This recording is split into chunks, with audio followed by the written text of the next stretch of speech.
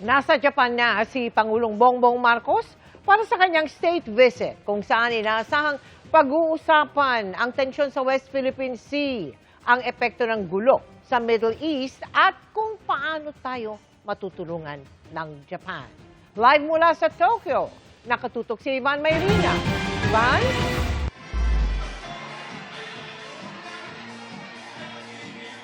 Mel, dumating ngayong gabi dito sa Tokyo, Japan si Pangulong Bongbong Marcos para sa kanyang state visit. Isa sa mga pangunahing target niya ang paigtingin ng kooperasyon sa pagitan ng dalawang bansa sa larangan ng depensa at seguridad sa gitna nga ng umiiral na tensyon sa West Philippine Sea. Pero ang una niyang engagement para sa state visit ay ito ang makisalamuha sa Filipino community dito sa Japan. Ika-4 na pagbisita na ito ni Pangulong Bongbong Marcos sa Japan. Pero ito ang kanyang unang state visit.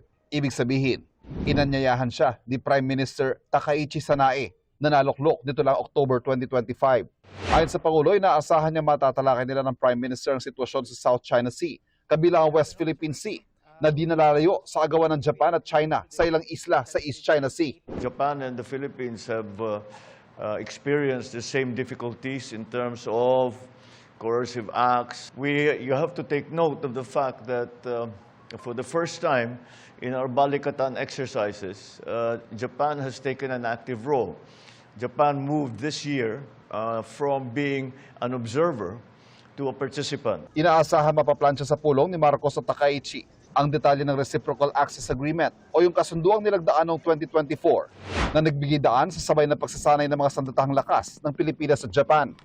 Inaasahan ding mapagkakasunduan ang pagtulong ng Japan sa modernisasyon ng ating militar at ng pagdepensa nito sa Pilipinas. We'll welcome any improvement in our capabilities to enhance, of course, our defense systems, not just in equipage but also in skill sets. Nagaganap din ang state visit sa gitna ng mahal na petrolyo at pagkadiskarilang supply chain sa mundo dahil sa tensyon sa Middle East. Kaya naasahan ding matatalakay ang energy cooperation sa pulong ng dalawang lider sa Webes. How do we strengthen those supply chains? How do we, as Asia, can come together so that we are able to assist each other and to make safer and more secure and more reliable the supply of various petroleum products. Pero first stop ng Pangulo sa kanyang paglapag dito sa Japan ay ang pakikipagkita sa Filipino community. May 340,000 na mga Pilipinong naninirahan at nagtatrabaho dito sa Japan. Pero higit na marami dyan, yung mga Pilipinong turista nagpupunta sa Japan taon-taon. Noong 2025, umabot yan ng halos 900,000.